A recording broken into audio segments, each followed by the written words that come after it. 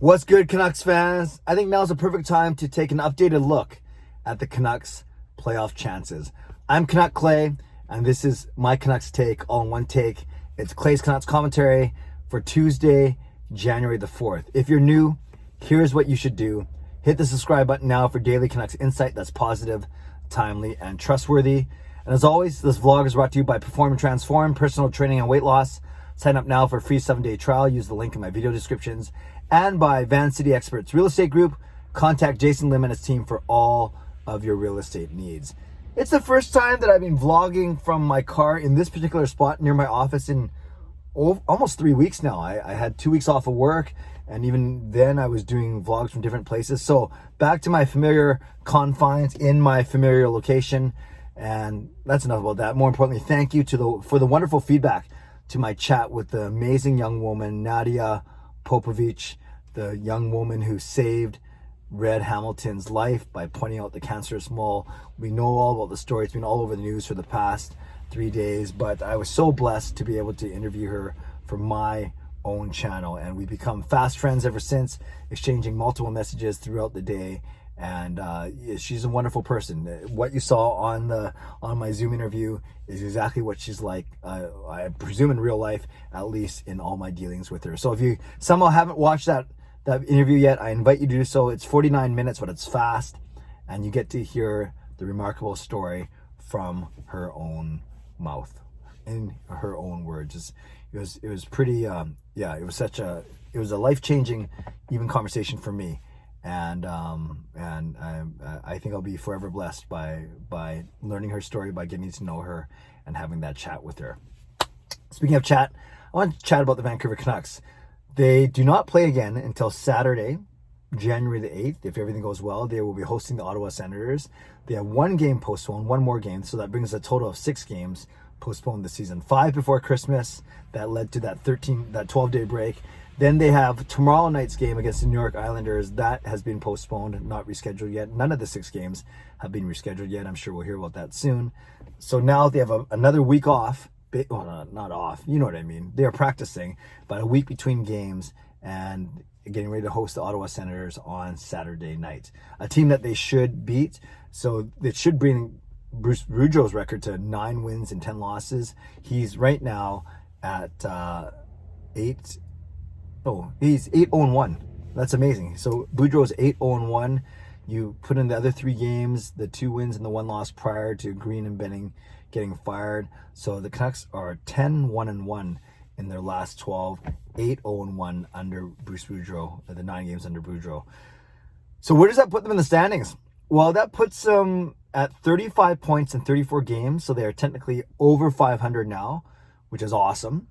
So 35 points in 34 games. And more importantly, in the standings themselves, they're only 3 points behind the Edmonton Oilers, who only have 1 game in hand. So it's not like the Oilers have tons of games in hand on the Canucks. They only have 1 game in hand. So the most that gap is equal games played is 5. But it could be as small as 3 once the Oilers do play the game in hand. Of course, it's not just the Oilers we are chasing. In between the Oilers and the Canucks, there's still teams like the Kings, the San Jose Sharks, and the Winnipeg Jets. So it's and there's going to be other teams around this area of standings, like the Dallas Stars. So it's very clear that it's not like the Canucks are just chasing one team. They, in essence, got to beat out another 3, 4, even 5 teams that they're battling with to at least get into the wildcard spot, if not 3rd in the Pacific Division. And I think that's the context we have to look at. You guys know I'm the most positive fan out there. I'm one of the best looking fans out there, hence the founder of the GLCPC, the Good Looking Canucks Positivity Club. By the way, did you notice that I took that out of my intro? My intro is still very long, but I was looking at ways to chop it a little bit. I still want to talk about the sponsors. I still want to talk about that it's my Canucks take all in one take. I still want to do my teaser line. So I've got it down to about 30 seconds, and even taking out that GLCPC line, even though I just spent 15 seconds talking about it there. So anyways, thanks for noticing if you did notice. As positive as I am, we have to be realistic too. Because I've seen models that say they have an 11% chance of making the playoffs now, or a 15% chance. And this is after the Canucks have won 8 of their last 9 games. After they've won 10 out of the last 12. So you can see how hard it is to make up ground in the NHL standings. You can see how tough it was that we had such a bad start to the season and how big the hole is that we had to climb our way out of. So despite winning 8 out of the last 9, 10 out of the last 12, the Canucks are still on the outside looking in, although at least they are now within grasp of a playoff spot. So what do the Canucks have to do to get to that magic number of what I've been saying is 94 points? Well, if they have 35 points now, that means they need 59 points. And if they play 34 games to get to 82, they need to play 48 more. So the Canucks have to go 59 points in 48 games. 59 points in 48 games. So I give them another 3 extra time losses, whether they're in shootout or overtime. So I think the Canucks need to go 28, 17, and 3.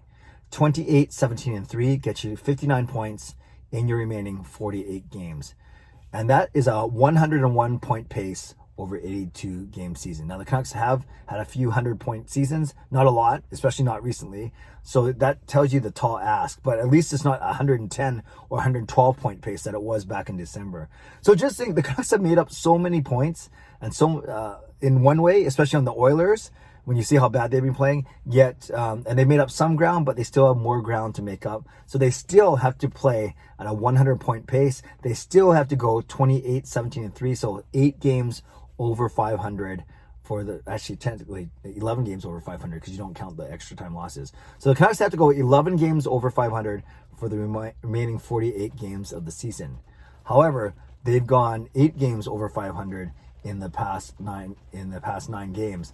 So you can see that it is doable for sure. So the question is it doable? Do you guys think it is doable?